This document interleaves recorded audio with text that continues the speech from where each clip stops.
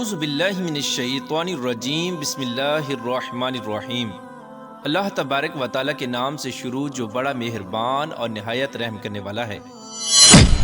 ایک ایسی قوم جو اپنی زندگی لگژری لائف سٹائل کے ساتھ گزارا کرتی تھی اور جس قوم کو اللہ تبارک و تعالیٰ نے بے پناہ نعمتوں سے نوازا تھا۔ یہ قوم جس علاقے کے اندر آباد تھی وہ علاقہ دنیا کا سب سے انوکھا اور صاف ستھرا علاقہ تھا۔ اس علاقے کی خصوصیت یہ تھی کہ یہ علاقہ اس قدر صاف اور شفاف تھا کہ اگر کوئی شخص اس علاقے میں بیماری لے کر داخل ہوتا تو وہ صحت یاب ہو جاتا۔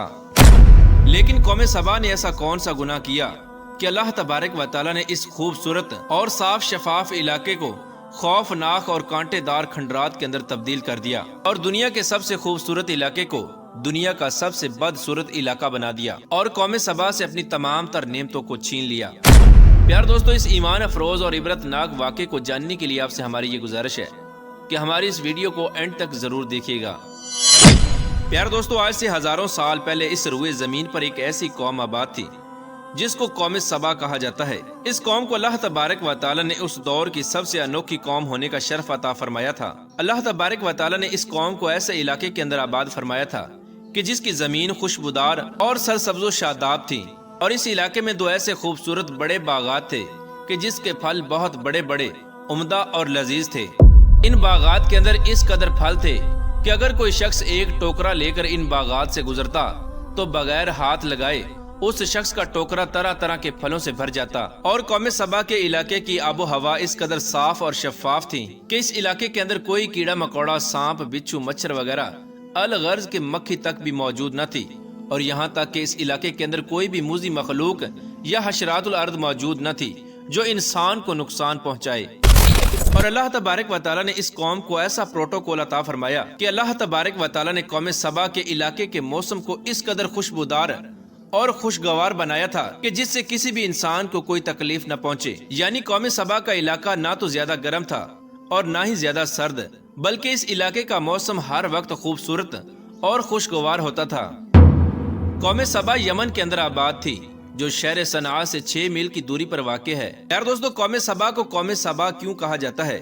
اس کے متعلق روایات میں آتا ہے کہ یہ ایک آدمی کا نام تھا جو اس قوم کا سردار تھا، اور اسی وجہ سے اس کی قوم کو قوم سبا کہا جاتا ہے۔ جیسا کہ حدیث پاک میں آتا ہے کہ حضرت ابن عباس رضی اللہ تعالی عنہ سے روایت ہے کہ ایک شخص نے حضور اکرم صلی اللہ تعالی علیہ وآلہ وسلم سے سوال کیا کہ یا رسول اللہ صلی اللہ تعالی علیہ وآلہ وسلم، سبا جس کا ذکر قرآن پاک میں ہے یہ کسی آدمی کا نام ہے یا عورت کا، یا زمین کے کسی حصے کا نام ہے؟ تو حضور اکرم صلی اللہ تعالی علیہ وآلہ وسلم نے ارشاد فرمایا کہ یہ ایک آدمی کا نام ہے جس کے 10 بیٹے تھے۔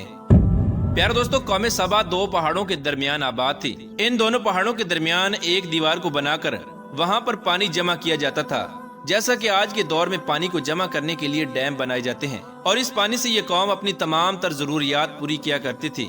اس کے علاوہ اللہ تبارک و تعالیٰ نے اس قوم کو طرح طرح کی نعمتوں سے نوازا تھا۔ اس طرح جب اللہ تبارک و تعالیٰ نے اس قوم کو طرح طرح کی نعمتوں سے نوازا تو یہ قوم سرکشی پر اتر آئی۔ جیسا کہ آپ جانتے ہیں کہ جب کسی انسان کے پاس بے پناہ مال و دولت اور بے شمار نعمتیں آ جائیں اور اس انسان کو کوئی بیماری بھی نہ لگے تو وہ انسان غرور اور تکبر کے اندر مبتلا ہو جاتا ہے۔ ایسا ہی قوم سبا کے ساتھ ہوا۔ جب اللہ تبارک و تعالیٰ نے اس قوم کو ہر طرح کی نعمتوں سے نوازا تو یہ قوم سرکشی پر اتر آئی اور اللہ تبارک و تعالیٰ کی نعمتوں کا شکر ادا کرنے کی بجائے غرور اور تکبر کے اندر مبتلا ہو کر اللہ تبارک و تعالیٰ کی نافرمانیاں کرنے لگی۔ پیار دوستو، اس قوم کی ہدایت کے لیے اللہ تبارک و تعالیٰ نے یکے بعد دیگرے 13 انبیاء کرام کو مبعوث فرمایا جنہوں نے اس قوم کو ہدایت کی طرف بلایا اور اللہ تبارک و تعالیٰ کی شکر گزار قوم بننے کا کہا۔ لیکن اس قوم نے ان تمام تر انبیاء کرام کو ایک ایک کر کے جھٹلا دیا اور کسی کی نہ مانی۔ پیار دوستو، اس قوم کا ایک سردار تھا جس کا نام حماد تھا، اور یہ ایک متکبر بادشاہ تھا۔ اس بادشاہ کا ایک بیٹا تھا۔ جب اس کے بیٹے کا انتقال ہوا تو اس بدبخت بادشاہ نے غرور اور تکبر کی وجہ سے آسمان کی طرف منہ کر کے تھوکا، اور اس طرح اس بدبخت بادشاہ نے اپنے کفر کا اعلان کیا اور یہ لوگوں کو سرے عام کفر کی دعوت دینے لگا، اور جو شخص کفر کرنے سے انکار کرتا یہ بادشاہ اس کو قتل کر دیتا۔ یہ بدبخت بادشاہ اللہ تبارک و تعالیٰ کے بھیجے ہوئے انبیاء کرام کے سامنے بدتمیزی کے ساتھ پیش آتا اور غرور اور تکبر کے ساتھ ان سے کہتا کہ آپ اپنے رب سے کہیں کہ وہ اپنی نعمتوں کو ہم سے چھین لے۔ اس طرح یہ بدبخت بادشاہ غرور اور تکبر کے ساتھ اللہ تبارک و تعالیٰ کی ذات کو للکارنے لگا۔ اس بادشاہ کا یہ ماننا تھا کہ جو کچھ بھی ہمارے پاس ہے وہ ہمارا اپنا ہے، یعنی یہ نعمتیں اللہ تبارک و تعالیٰ نے ہم کو نہیں دی۔ پیارے دوستو، اس طرح جب اس بادشاہ نے اللہ تبارک و تعالیٰ کی ذات کو غرور اور تکبر کے ساتھ للکارا اور یہ قوم اللہ تبارک و تعالیٰ کی نافرمانیوں سے باز نہ آئی، تو اللہ تبارک و تعالیٰ نے اس قوم پر عذاب نازل کرنے کا فیصلہ فرما لیا۔ پیارے دوستو، قوم سبا چونکہ دو پہاڑوں کے درمیان آباد تھی، جن کے درمیان دیوار کو بنا کر پانی جمع کیا جاتا تھا۔ ان پہاڑوں کے درمیان 3 بڑے بڑے تالاب تھے جن کو دیوار کے ساتھ بند کیا گیا تھا۔ اللہ تبارک و تعالیٰ نے اس دیوار پر چوہوں کو مسلط کر دیا اور ان چوہوں نے اللہ تبارک و تعالیٰ کے حکم سے اس دیوار کے درمیان سوراخ کرنے شروع کر دیے۔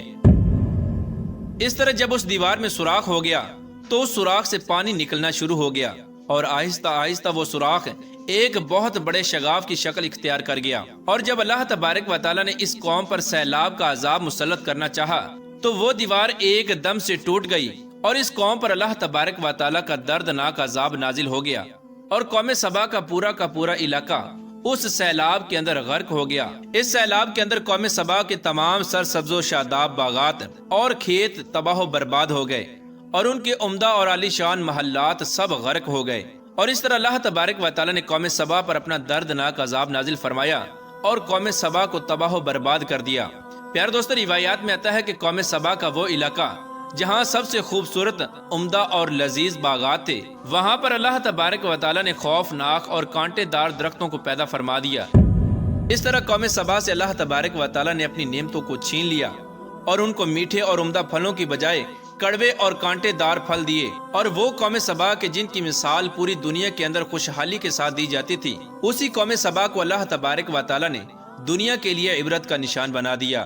اللہ تبارک و تعالیٰ سے دعا ہے کہ اللہ تبارک و تعالیٰ ہمیں اپنی نعمتوں کا شکر ادا کرنے کی توفیق عطا فرمائے اور اپنے حضور عاجزی اور انکساری کے ساتھ زندگی گزارنے کی توفیق عطا فرمائے۔